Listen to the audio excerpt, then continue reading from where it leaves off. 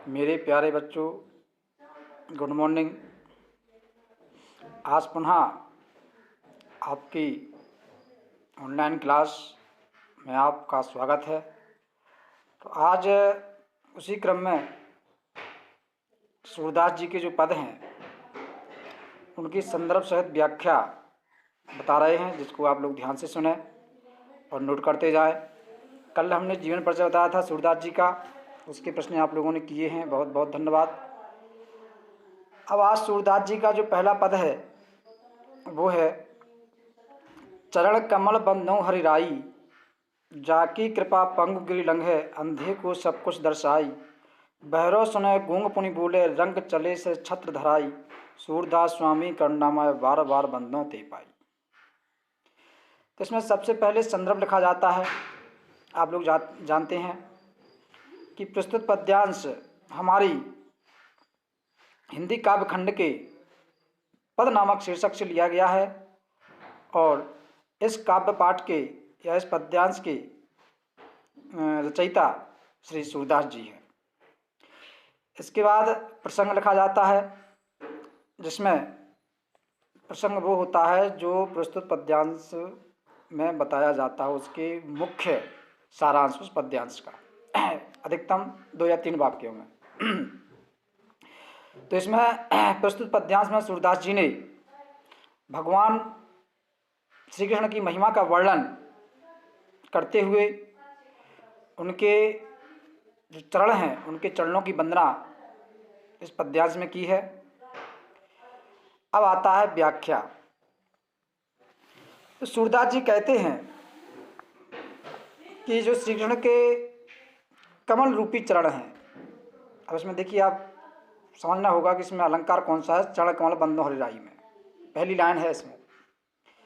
तो श्री कृष्ण के जो कमल रूपी चरणों की महिमा का वर्णन करते हुए कह रहे हैं या महिमा का चित्रण करते हुए कह रहे हैं कि हे प्रभु, मैं आपके चरणों की वंदना करता हूँ जो कमल के समान कोमल है। इसमें समानता बताई गई है, भेद होते हुए भी, उपमेय और उपमान में भेद होते हुए भी यहाँ पर समानता बताई गई है, एक रूपता बताई गई है। तो आपको बताना होगा इसमें कौन सा अलंकार है।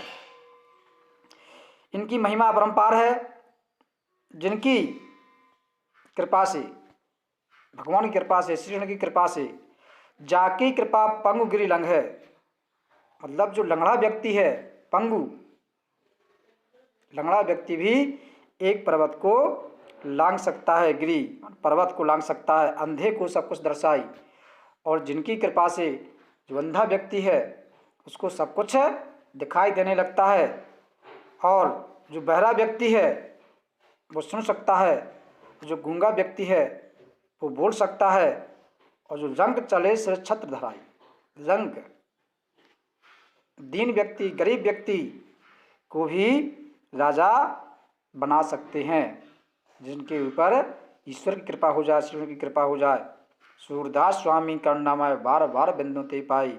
इस प्रकार से सूरदास जी कह रहे हैं कि हे प्रभु, आपकी कृपा से, आपके आशीर्वाद से जो असंभव कार्य है वो असंभव कार्य भी संभव हो जाता है। अतः ऐसे दयालु श्री कृष्ण भगवान के चरणों की मैं बार बार वंदना करता हूँ। अब आता है काव्यगत सौंदर्य।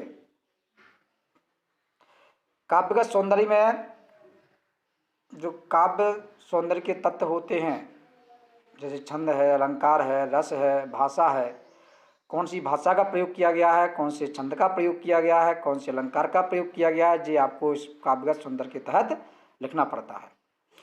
तो इसमें भाषा है, चूँकि श्री कृष्ण के बारे में बताया गया है तो आप जानते होंगे कि ब्रज भाषा का प्रयोग किया गया है। तो भाषा है साहित्यिक ब्रज, शैली मुक्तक शैली का प्रयोग किया गया है। रस भक्ति के बारे में बताया गया है तो इसमें भक्ति रस का प्रयोग किया गया है। उसके बाद अलंकार, चरण कमल बंधो हरिराई,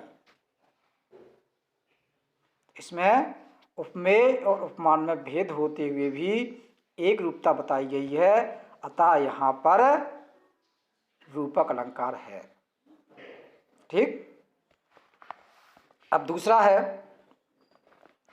अभी गति गति कछु कहत न आवे, ज्यों गूंगे मीठे फल को रस अंतर्गत ही भावे।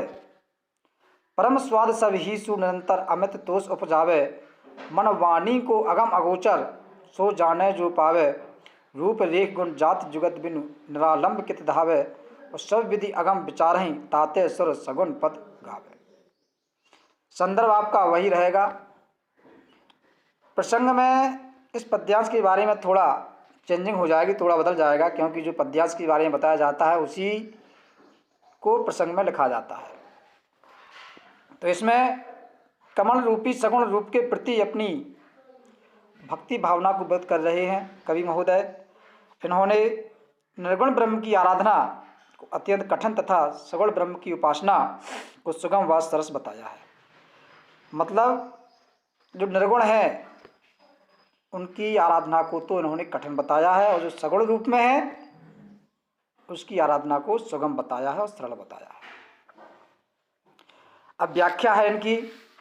अभिगत गति कछु कहत ना आवे। सूरदास जी कह रहे हैं कि निर्गुण ब्रह्म की आराधना करना, उनकी उपासना करना कठिन है। उसके स्वरूप के विषय में कुछ कहा नहीं जा सकता, उनकी गति के बारे में कुछ कहा नहीं जा सकता।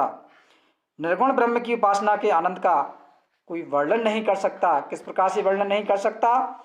जिस प्रकार से ज्यों गूंगे मीठे फल को रस अंतर्गत ही भावे। जो व्यक्ति बोल नहीं सकता तो वो उस फल का स्वाद अपने मन ही मन में विचारता रहता है, अपने मन ही मन में उसका स्वाद लेता रहता है। उसके स्वाद का जो अनुभव है वो दूसरे के सामने प्रकट नहीं कर पाता।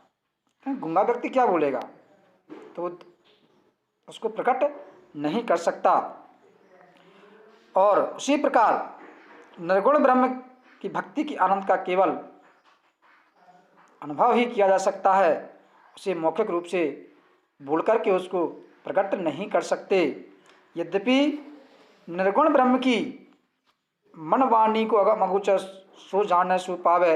रूप रेख गुण जात जुगत बिनु निरालंब कृत धावे, और सब विधि अगम विचारहि ताते सुर सगुन पद गावे। तो उसके निर्गुण ब्रह्म की प्राप्ति से निरंतर अत्यधिक आनंद प्राप्त होता है, ऐसा सूरदास जी कवि महोदय जी बता रहे हैं। और उपासक को उससे असीमित संतोष भी प्राप्त होता है। मन और वाणी द्वारा, मन वाणी को अगम अगोचर, मन और वाणी के द्वारा उस ईश्वर तक पहुंचा नहीं जा सकता जो इंद्रियों से परे है। इसलिए उसे अगम कहा जाता है और अगोचर भी कहा जा सकता है। यद्यपि उसे जो जानता है, उसे जो प्राप्त कर लेता है, उस निर्गुण ईश्वर का ना कोई रूप है। रूप रेख गुण जात जुगत बिनु निरालंब कृत धावे। ना उसका कोई रूप है, ना कोई उसकी आकृति है, ना ही हमें उसके गुणों के बारे में जानकारी है जिससे हम उसको प्राप्त कर सकें। बिना किसी आधार के बिनु निरालंब कृत धावे, बिना किसी आधार के उसको हम कैसे प्राप्त कर सकते हैं। और ऐसी स्थिति में भक्त का मन बिना किसी आधार के यहाँ वहाँ भटकता रहता है, क्योंकि जब तक किसी चीज़ का आधार नहीं होगा तो उसको तैयार नहीं किया जा सकता। जैसे मकान बनाते तो उसके पहले एक नींव की ज़रूरत होती है, आधार की आवश्यकता होती है, तभी आप एक मकान को खड़ा कर सकते हैं। उसी प्रकार से बिना भक्त का मन बिना किसी आधार के यहाँ वहाँ भटकता रहेगा, क्योंकि निर्गुण ब्रह्म तक पहुँचना असंभव है। इसी कारण सभी प्रकार से जान करके, सभी प्रकार से विचार करके ही सूरदास जी ने सगुण श्रीगुण की लीला के पद का गान करना ही सबसे अधिक उचित समझा है। भाषा आपकी उसमें वही रहेगी, साहित्यिक ब्रज भाषा रहेगी, शैली मुक्तक रहेगी। रस भक्ति और शांत रस का इसमें प्रयोग किया गया है, और इसमें अलंकार का प्रयोग किया गया है, अनुप्रास का। अगम अगोचर मन और वाणी में क्रमशः आ गा और न वर्ण की आवृत्ति कई बार हुई है तो यहाँ पर आपका अनुप्रास अलंकार होगा, क्योंकि जहाँ पर कोई वर्ण या अक्षर की आवृत्ति बार बार होती है तो वहाँ पर अनुप्रास अलंकार होता है। आज इन दोनों पदों की संदर्भ सहित व्याख्या बताई। अब आगे कल आपको आगे बताया जाएगा जो आपके शेष बचे हैं 3-4 काफ़ी हैं इसमें, इसको आगे बताया जाएगा आने वाले समय पर। तो बच्चों आप लोग पढ़ते जाएं, लिखते जाएं, समझते जाएं, जो भी आपको होमवर्क दिया जाए उस होमवर्क को भी आप नोट करते जाएं। धन्यवाद।